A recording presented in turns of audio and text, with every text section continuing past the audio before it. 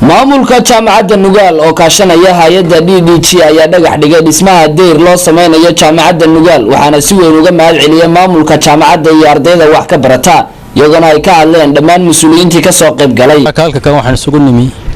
dhagax dhigay jaamacadda deyrka jaamacadda Nugaal oo shirkadda Dallis oo anigu aan hadda matalayo ay heshay qandaraaskii lagu dhisi lahaa marka saaka laga bilaabo shaqadaas oo heshiiskeedii dhamaaday dhagax dhigeedii dhamaaday waxaanu diyaar u nahay inaanu hawshii bilowno oo fulino biidnillah sidii loogu talagalay aan u fulino haddii alla idmo muddada ugu kooban oo aan rajaynayo inay bil gudaheed noqotana aan ku dhammaan insha Allah ugu faraxsanahay oo waxtar u leh jaamacadda iyo deegaankaba hay'adda DDG oo mashaariic horena aan wada fulinay guddi deegaanka iyo iyaga wada shaqeeya inta badanna kharashaadka iyo waxa lagu qabanayo iyaga bixiya qaybna guddida bixisa mashaariicda hore kale waxa laga yaabaa inay 40% oo kale ay guddiga iyo deegaanku bixiyeen kuwan haddana ay 20% guddiga iyo deegaanku ay bixinayaan inta kalena ay hay'addu bixinayso runtii hay'adda sida Cabdiraxmaan sheegay waxyaalaha hay'adda kaga duwan tahay waxa weeye wax qabadku wax deegaanka ka yimaada oo dadku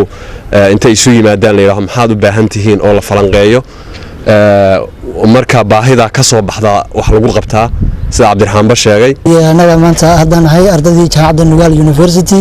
aad baan ugu faraxsanahay wax qabadka ka socda gobolka siba jaamacaddeena deerka deer loo sameeyo runtii anaga aad bayna u caawinaysaa oo deemaan haysan mataqaanaa meel aan ku nasano markaan galaas ka soo baxnana deer kaliya ma aha iyadoo xogaa lagu soo daro siba kaabada loo sameeyo insha Allah waxaan jecelnahay markaan aanu sii qurxsano oo dhirtii aan ku beerano farsamahan iyo dhaqaalahan ay hay'adda DDG markay kala shaqeyso laakiin magaca iyo qorshaha iyo fulintiisa hirgelintiisa waxa iska leh guddiga talawadaag ba iska leh anagu hay'adaha waxaan u dooran fadhisanaa guddi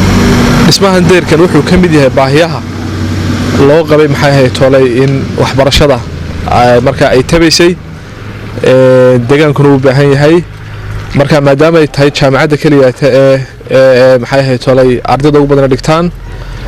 farsamahan iyo aqoon ahaan dhisan waxa laga marmaan noqotay in maxay ahayd toolay kaabayaasheeda dhisme in la horumariyo marka deerkan waxyaalo badan buu ka caawinayaa marka jaamacadda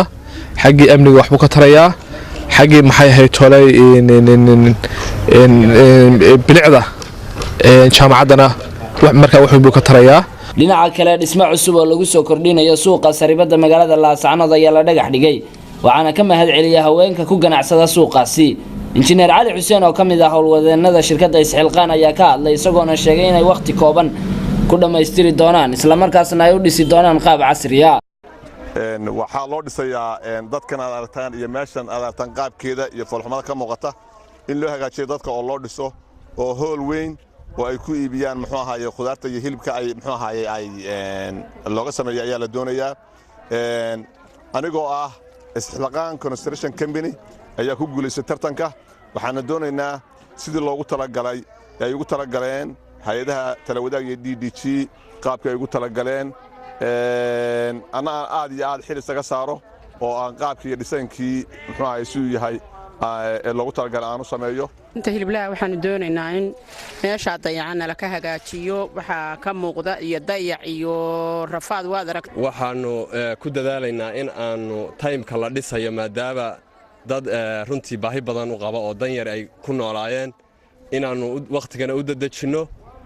runtiina iyaga dani ugu jirtaa waad aragtaan Soomaalidu waxay ku mahmahdaan indhaha macallina meesha ay ku ganacsanayaan waad aragtaan soo eg tahay in loo qurxiyo meel nadiif ah oo maxaan ku sheegay iyagu caafimaad ahaan ay u joogi karaan dadka ka adeeganayaana ay ku qancayaan meesha ka adeeganayaan runtii